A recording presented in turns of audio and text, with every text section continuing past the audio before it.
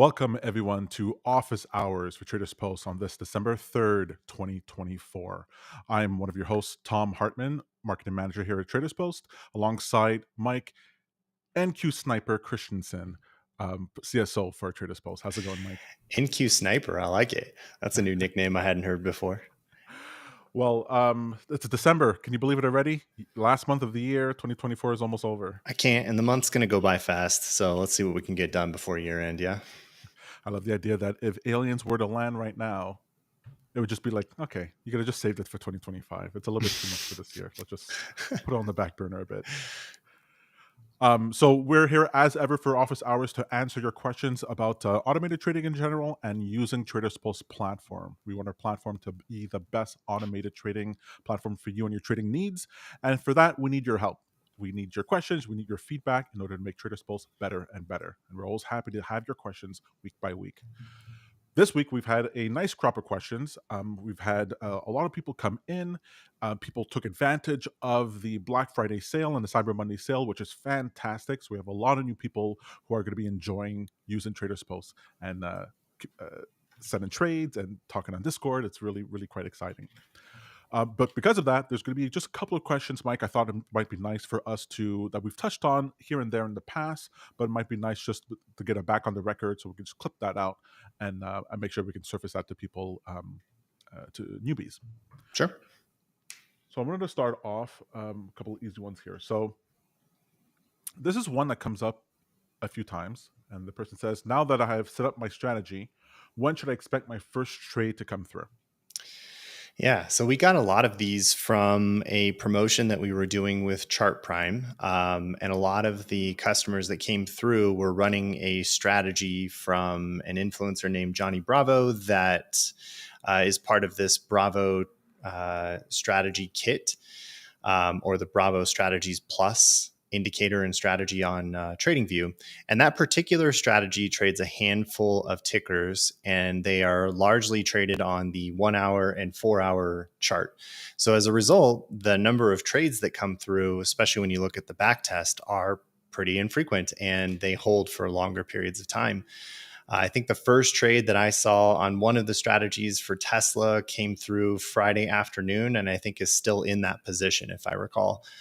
So, there is a bit of a waiting period before you get your first alert. To make matters a little more complicated, you can't really run that strategy on a lower time frame because it looks to higher time frames in order to derive its signal. So even if you change it to the 1 minute chart, you're still not going to get it to generate a trading signal until the timing has actually, until the 1 hour event has taken place. So when should you expect your first trade to come through? Well, there's a few different ways to think about this. One is to try to construct a similar indicator or to create a price alert or any kind of an event from TradingView to give you the ability to just test what the message would do.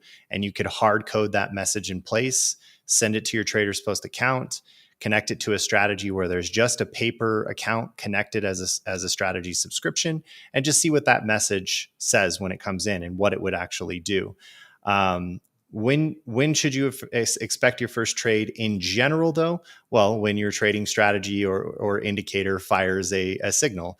It obviously is not something we do on our side. So we're here just to catch the signals. We'll grab them and we'll trade them with your broker, which makes us very event driven, meaning that you have to drive, or your trading strategy has to drive when those signals are going to come through. So it's largely up to the strategy or indicator that you have added to your charts. And that can vary from strategy to strategy and indicator to indicator. But there are definitely many ways to test from TradingView by sort of manual efforts, or going to a lower time frame, or just setting up a line on the chart. And if it crosses the line, then send an alert that way. So as we've shown on our show pretty frequently, there's about 100,000 different ways to test it. But to verify when you're going to get your first trade on a strategy like the one we just set up with Chart Prime, it takes some time. I wonder if we should do something like use Hopscotch or Postman or something like that, just to show that someone could just go to some free tool to send a signal through a webhook to us. But I was like, okay, that That's our world, but someone who's not a coder, they look at this and go, "Okay, this is all all gibberish to me." But Well, I think that was the purpose of the send request feature. If you go to right, the webhooks tab, you can hit send request. And in an upcoming feature, we have a new feature where you can click submit trade, and it will basically help you construct that JSON message and actually test it. That feature does exist, and you can test the messages and how they would behave. I think the bigger problem is until the trading signal actually comes from TradingView, a lot of people are just left wondering, is this actually working? And that is the tricky part here, is trying to simulate what the strategy would do when the first trade comes through. And I think in this case, particularly for this Johnny Bravo strategy, we would need to sort of show an example message that would come through as your first buy order, and then have you send that request through the send request feature. Maybe we could add that to our documentation on the chart prime. We've had a few people ask for a follow-up video on that too, so we could probably show how to do that. the thing with the send test is that it'll always send a correct JSON message. So if you want to test what happens if something goes wrong, if you want Yeah. to see different errors, it's nice to have the different use a different tool. I thought it was the reason I thought the question was pretty interesting is that I think back to the idea of when phone lines were first set up.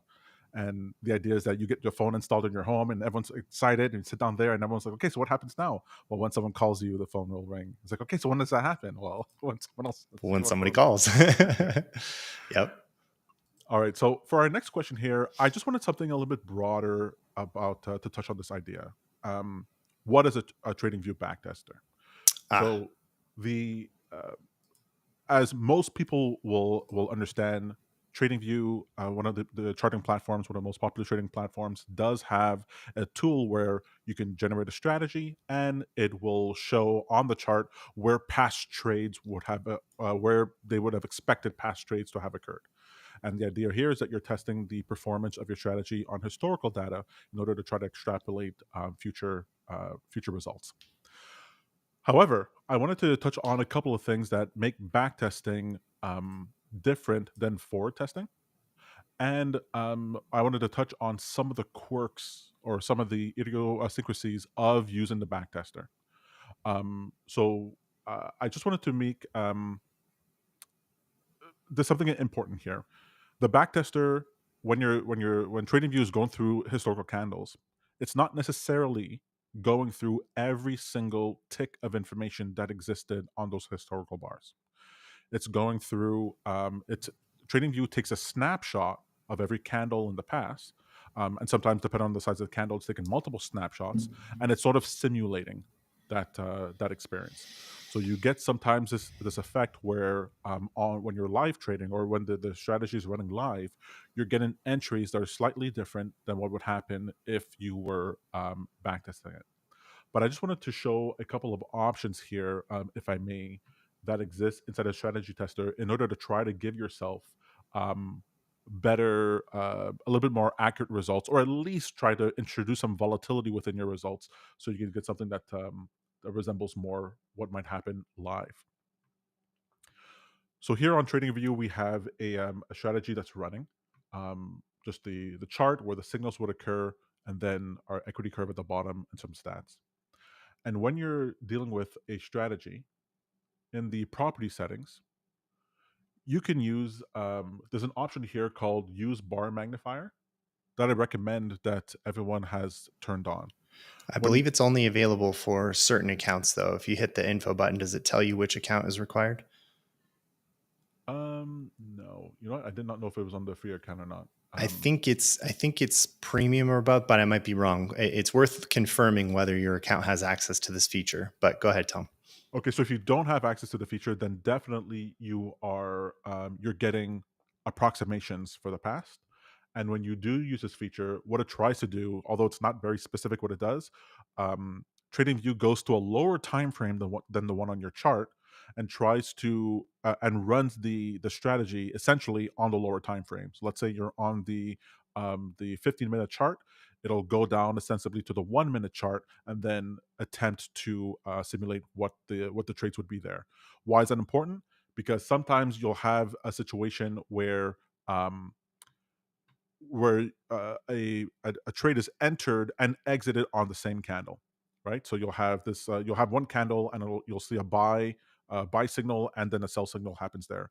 And it could be that on the 15-minute, the stop loss, or the stop was hit right after the buy, or vice versa. But on the lower time frame, the order in which those trades would have been executed would have been different. And so when you're using the bar magnifier, you get more granular control over the strategy, and the results happen more like how they would happen live. So I recommend definitely having that option on. Now, the documentation doesn't state specifically in TradingView if it's using the 1 minute time frame or the 1 second time frame. I don't know how far it goes down, so that you'd have to test on your own for your own plan to see what kind of results you're getting. I also wanted to there's two other settings here I want to hit on, and that is on every tick. So on every tick, the idea here is that when that is checked off, the strategy, the script is updating its values on every tick, on every buy and sell that's happening under the chart. Whereas if it doesn't, the trade is happening, the order is executed at the close of the candle, depending on the type of order and stuff like that. And so these are different options. There, it's worth it for you to go through the documentation of TradingView and just take a look at them, because it allows you to get more flexibility with the results for your strategy. The last thing I want to mention here are the commissions, limit orders, and slippage. These allow you to introduce, for example, what would be the actual cost for your trades. You'll be surprised about how many strategies fail to go from profitable to not profitable as soon as you add in the commission, or or, su- slippage. or slippage, exactly. Or slippage, which is simulating this idea that you're not going to get filled at the exact price you're looking for, and verified price for limit orders is a similar thing. So the backtester, I the reason I wanted to bring this up, I said I don't want anyone to think that, oh, as soon as you're using the backtester, that's it. There's no more problems anymore. The results that I'm getting in the backtester is exactly what I'm going to get when I'm running it live. That's not always the case, depending on the strategy, and that's where a tool like a TradersPost becomes super useful, because the results that you're getting in your forward test are the actual live results. The price you got filled at, the time that you got filled at, the performance of that strategy is of what actually occurred, and you Unless don't it's a have to. paper account.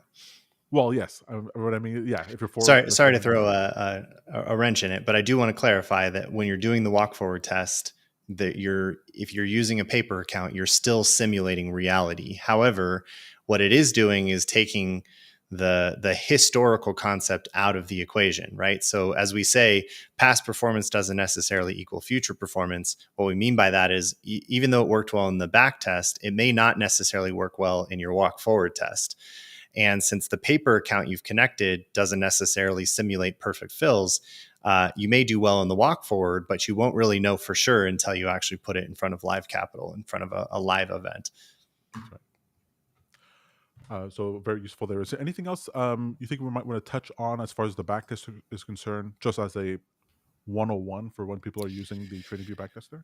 I'm not sure we really answered the question. I mean, the question is, what is a TradingView backtester? At a high level, it is a way to simulate how a strategy would behave in the past if it took every trade as far back as you can go. There's a couple of limitations and caveats to this, and one of them is that TradingView only allows you to run your backtester on a certain number of bars depending on your plan, which can typically be a pretty short test. In many cases, even on like 1 hour charts, you might only be looking at a few years of backtest data. It's nothing like other simulated environments out there that have a rich history of pricing data available, and you can go back 25 years or more to actually test if your strategy would hold up over time. So it's important to know that the TradingView backtester is just a way to simulate how your performance would, how your strategy would behave in the past, but it is a limited view of the past. So it's really important to really confirm that you have a robust strategy and it's taken plenty of trades. Since we can't get really the time factor, it's important to look at maybe the quantity factor, that it's taken at least 100 trades and you've got at least enough data to feel pretty comfortable with where it's going to go in the future. As always, though, past performance doesn't equal future performance. That's right. On the heels of that, I wanted to address this issue. how does my chart's time frame affect my alerts? So if I'm running a strategy and I set that strategy to run on the 1 hour chart versus the 1 minute chart, are there any significant difference that occurs? So that's one of the reasons. So I wanted to show that setting in the backtester that says calculate on every tick, or um, the, when the orders are executed on TradingView, they're not always. If your orders are set to execute at the opening of the next candle, well, then your condition might be true for the entirety of your 1 hour candle, but only get executed at the beginning of the next one. Whereas you might want it to execute it at exactly the time that market order at the time that the condition was set to true. So this is something you want to consider for your chart. So I know for some of my clients, um, what I'll do is have the strategy run on the 1 minute time frame, but pull the information from the 1 hour time frame so that I can get so that my bar close happens on the 1 minute time versus on the 1 hour time.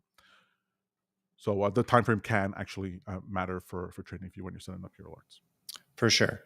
And I think it's worth it's also worth pointing out that you can create an alert on a 5-minute time frame, then change your chart to the 1-minute time frame, and it's going to change the strategy trades in the backtester, because the backtester is based on the current layout of your chart, which includes the time frame.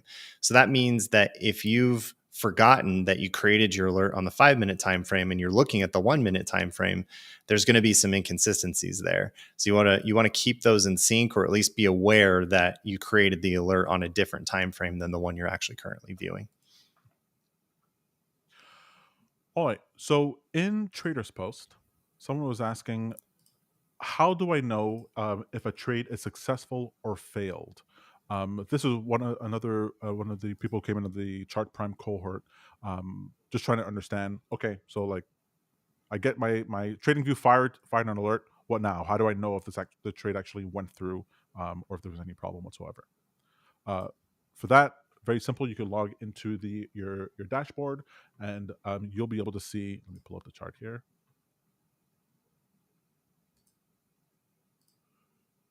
You'll be able to see inside your for your strategy if the trades worked or not. So for webhooks, wrong button. You can go to subscriptions and hit the trades here.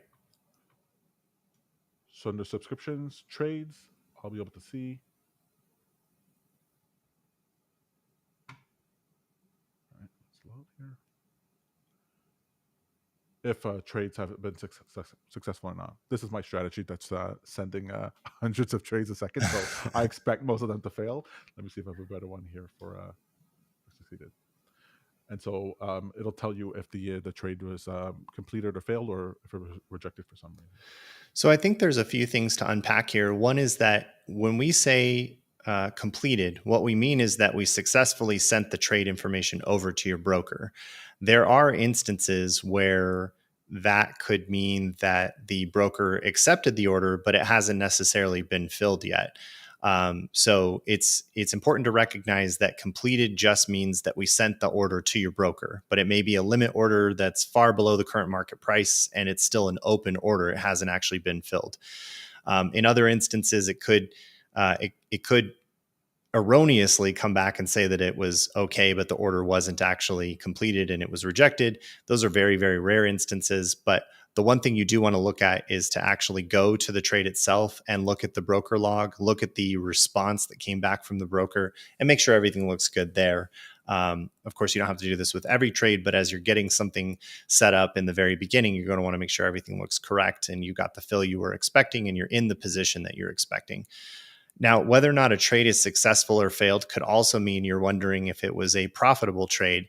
We do have the current view on your broker dashboard that shows you your open positions, and in many instances, we show you your open P&L. So whether or not that open position is profitable or not, with the dollar amount of your P&L.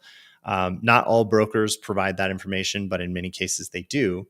In the future, however, we're expanding our analytics offering to include much more detail about each of the trades that you take and their overall performance over time.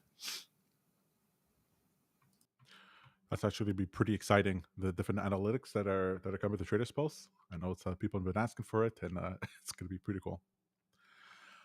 All right. Another question, a general question, is how do I start and stop my trading bot? Which at first I was like, okay, that seems pretty simple, but I was like, yeah, there actually more than one way you can do that.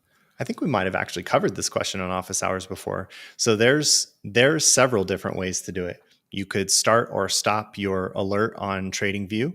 You could change your strategy settings or your subscription settings to turn off auto submit. And then there's also a feature that where we enable or disable strategy subscriptions as well. So it just depends on what you prefer to do. If you're looking to stop the trading bot and not see any signals come through TradersPost, then just turn off the alert on TradingView.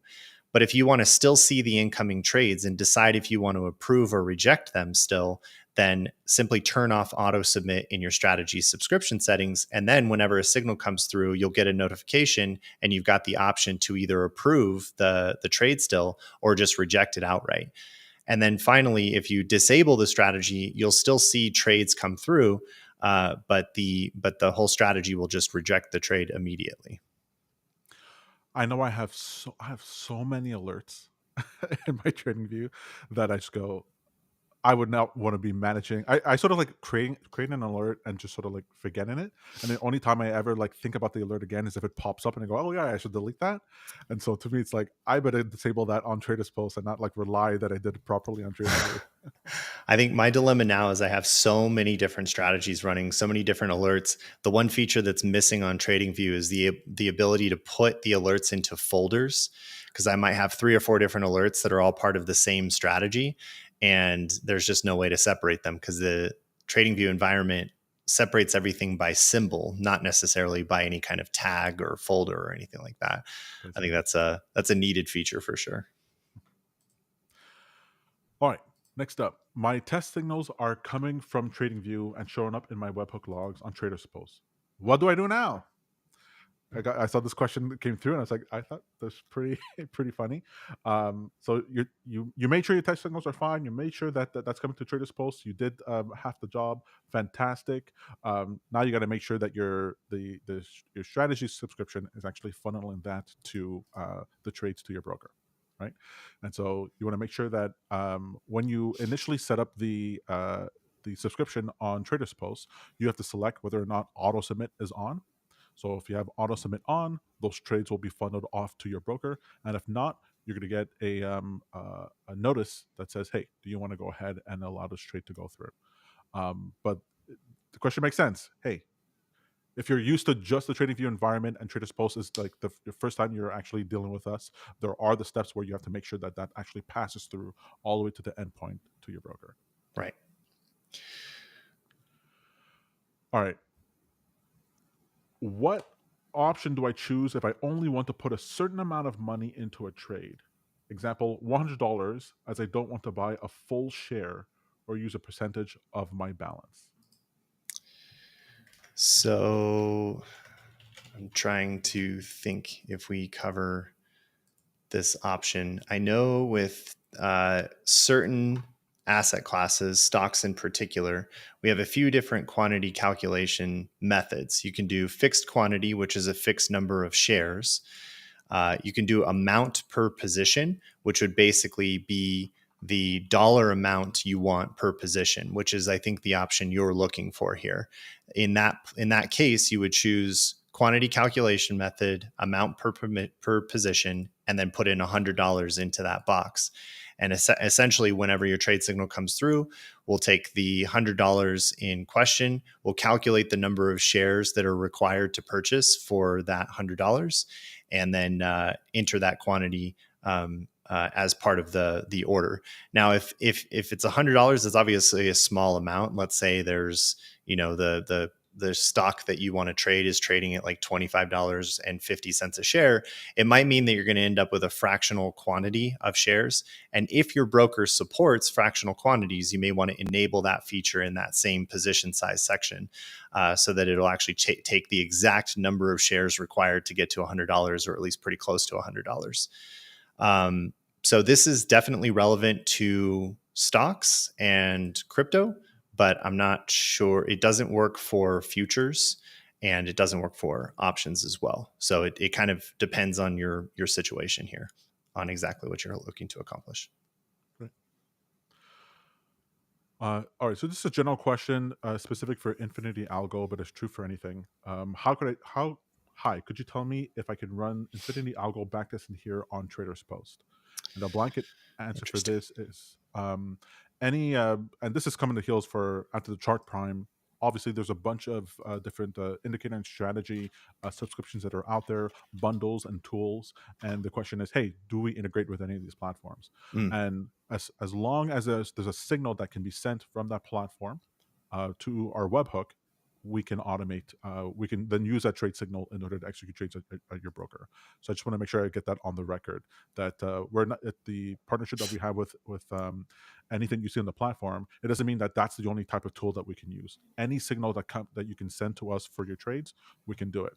There are people doing trades, not even from TradingView or TrendSpider or anything like that. They're just having some AI bot scan Twitter and sending signals that way. It is, as long as signal can be sent to us, we can trade it.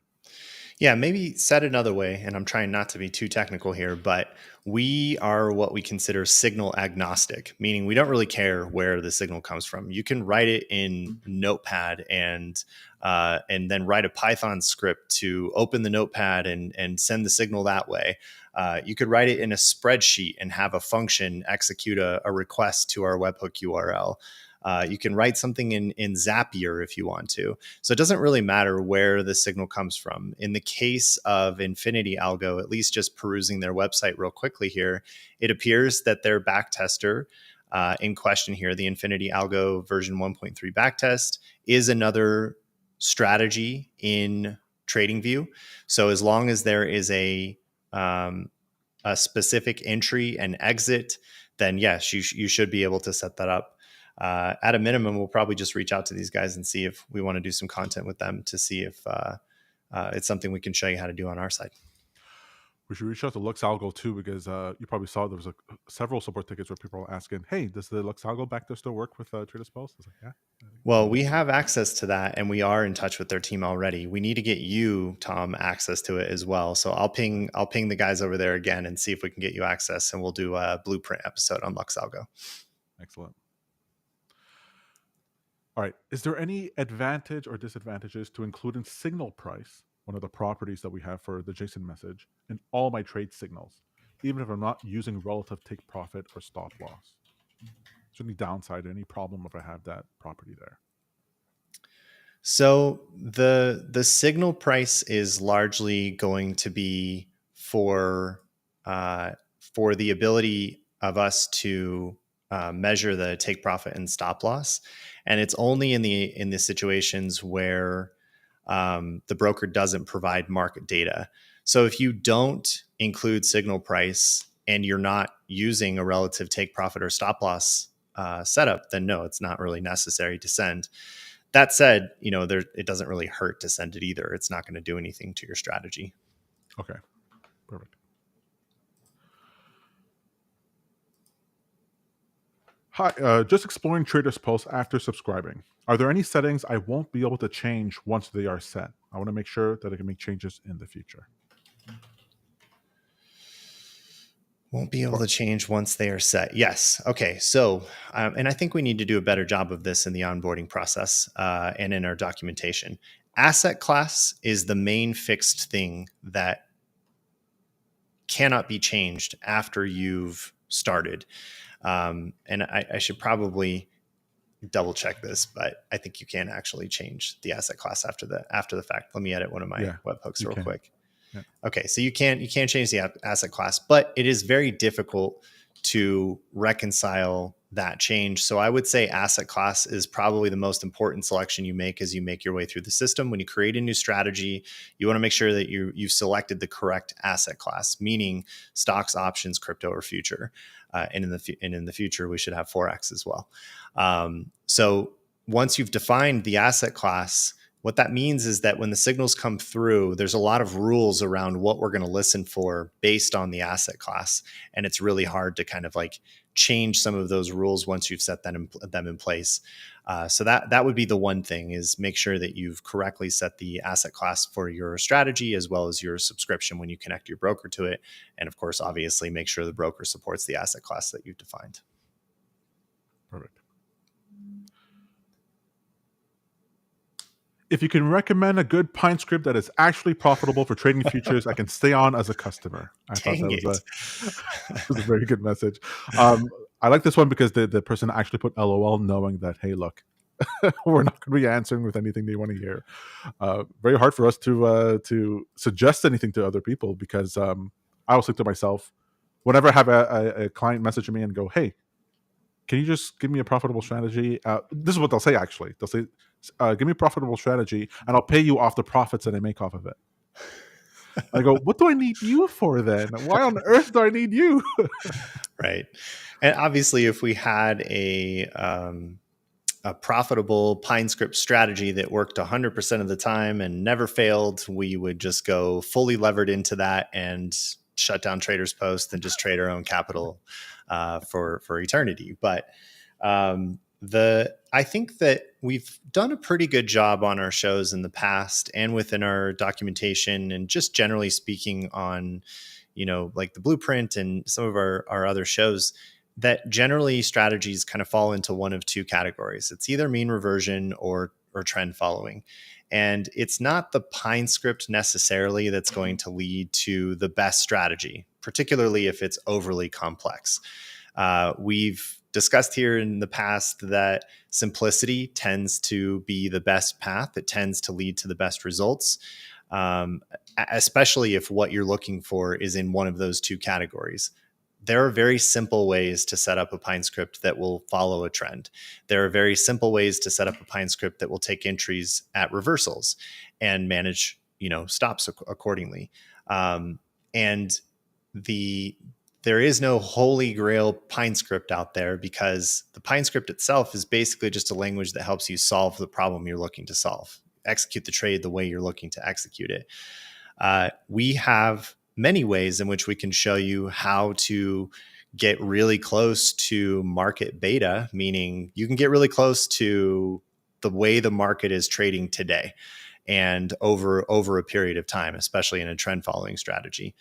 Even the VWAP strategy that I've been working on has a really high beta, but basically just trend follows and holds most of the day session. Then there are other reversal strategies that I've developed that have a little bit of,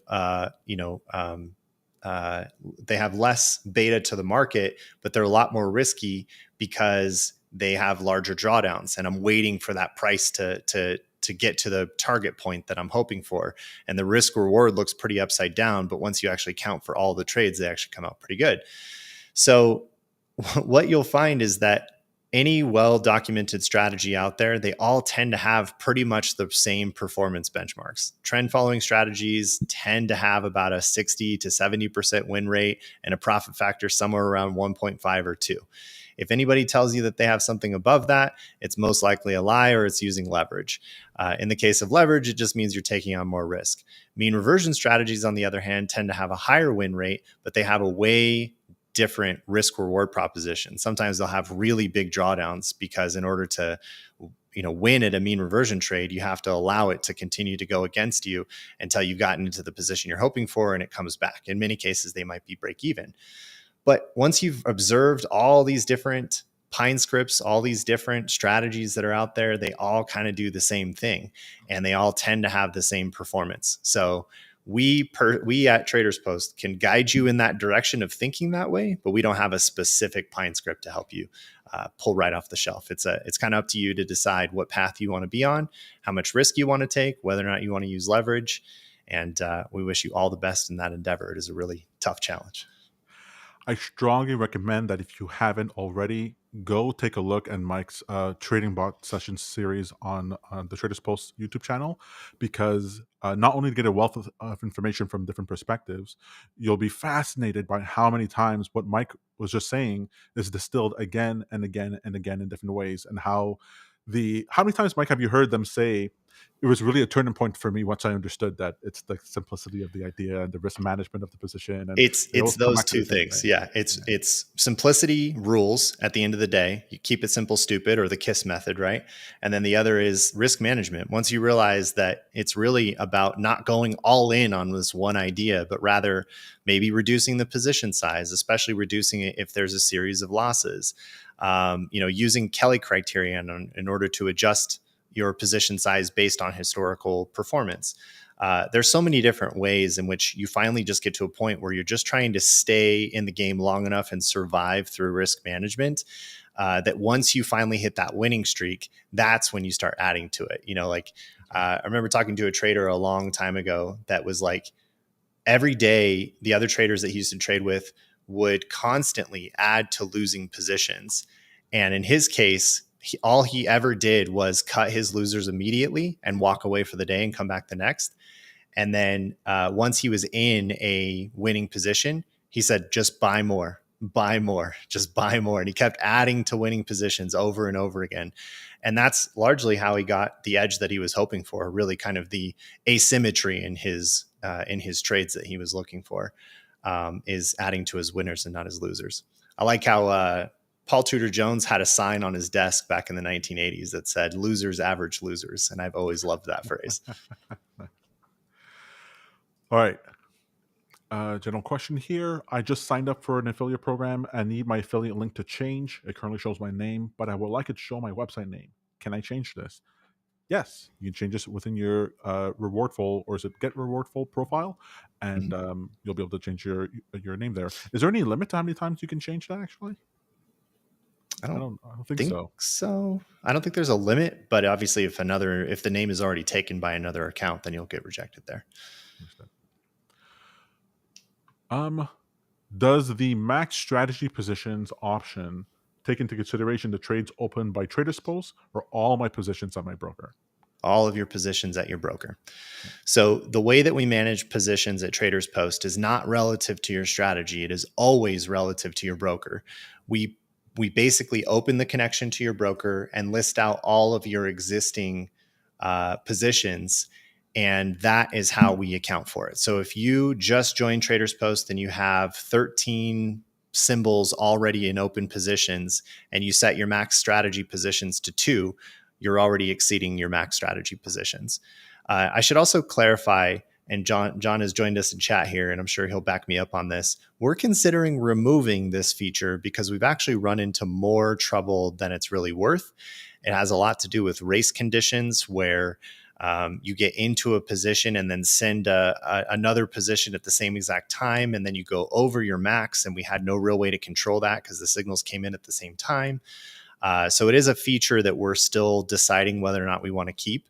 We know it's helpful in many situations, but there's also some confusion and some frustration around it as well. And in the documentation, you'll see that noted. There's a notification there saying that, hey, we might be deprecating this option. This is something that came up. I don't really know all the nitty-gritty about it, but I'll ask it anyway. Robinhood has a 3-trade limit for a balance under 25,000. If I set my trades to 34% of my portfolio value, will I never go above the 3 position? So basically, they just want to make sure that their position size for when they're executing the trade is set by TradersPost, and it's set at 34% of the portfolio equity, and that way they'll never have more than 3 trade. I'm not entirely sure what the limit is on Robinhood, if it's a number of trades or number of positions or It's whatever the it is. number of entries and exits within the same day. If you're holding overnight, though, this doesn't really apply. But if it's a cash account, you have to wait for it to be cash settled as well, which can take 3 to 4 days. The answer is no. There are scenarios where this still wouldn't work. For example, you could set 34% of your portfolio, which obviously would be above 100% in the third trade. So really, you're going to want to set that to 33%. And John just echoed exactly what I was just thinking. You can enter and exit more than 3 times in a given day. So, for example, you could start in the open, take 3 trades in all 3 positions. We took 33% in each one, and then exit all 3 of those positions by noon, but then suddenly get another buy signal by the afternoon and exit all 3 again. Well, you've already violated the pattern day trader rule right there. So it's important to recognize the limitation of the account and write that into your strategy in PineScript or on TradingView, where it's only allowed to take one trade per day. And in that case, as long as you've written that logic in the PineScript, then as long as you've entered one position or three positions in a given day and exited all three in the same day, and you didn't do it more than that, then I suppose you might be okay. Excellent. All right, 2 other questions left. I am looking for a way to have my position sizing and stop loss automatically calculated by the system when I am entering the trade. I use OCO orders with a specific price target. I would like to enter my trade such that the system automatically decides the order quantity and stop loss price based on a predefined risk to reward ratio of 0.25. Please let me know the TradersPost support this functionality.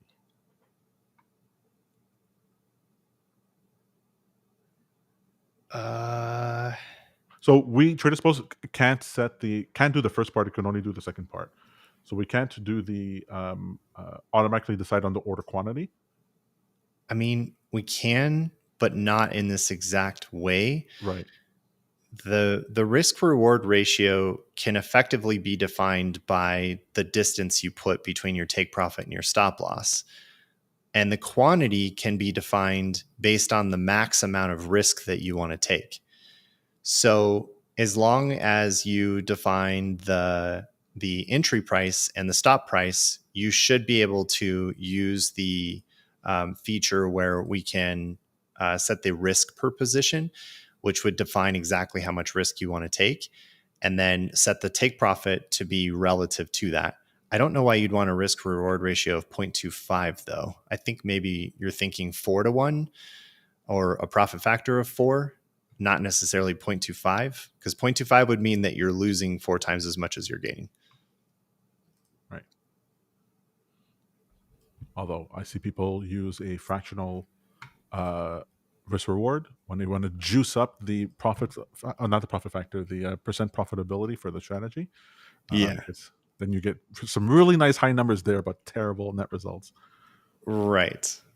And there are strategies out there that have, 10% win rates, but then their risk reward profile looks amazing because that 10th trade ends up being a huge winner and covers all those small losers. I've never been able to talk to somebody and just explain that point. There's no, but I need that number to be higher. That's why I keep saying over and over again, win rate is not the only factor you need to look at. All right. So John was saying here, we can't calculate the quantity without the entry price. Okay, perfect. All right. And final question.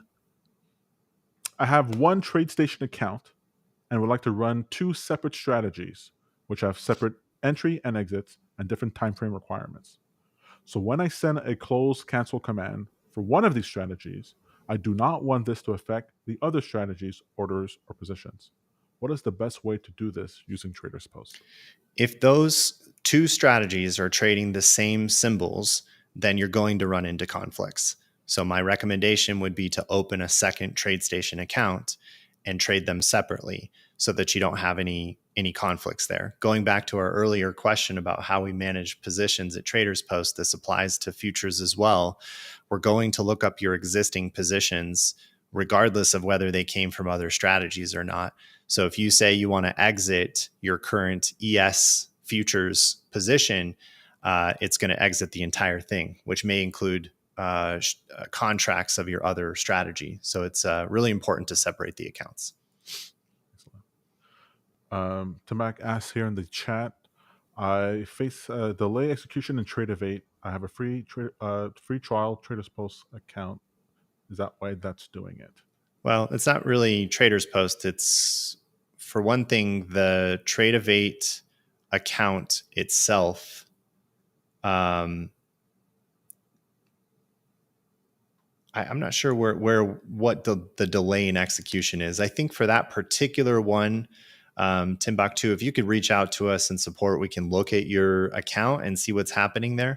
I thought you might have been referring to a delay in price or a mispricing, which would be delayed data could be the issue.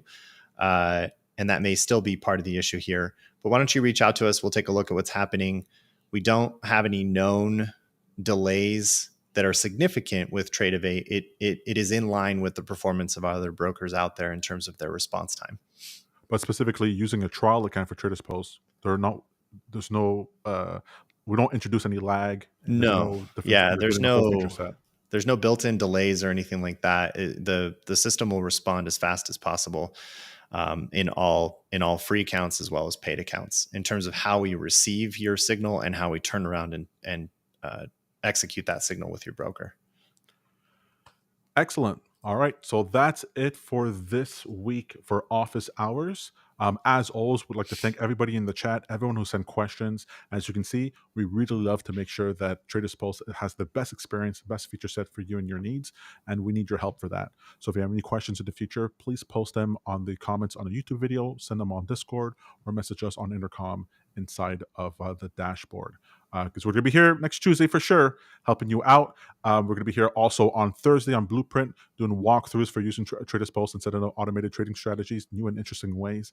And on Fridays, as always, with after hours for market commentary. Because hey, only 2 shows in a week is not enough. We got to capture everything inside of the space.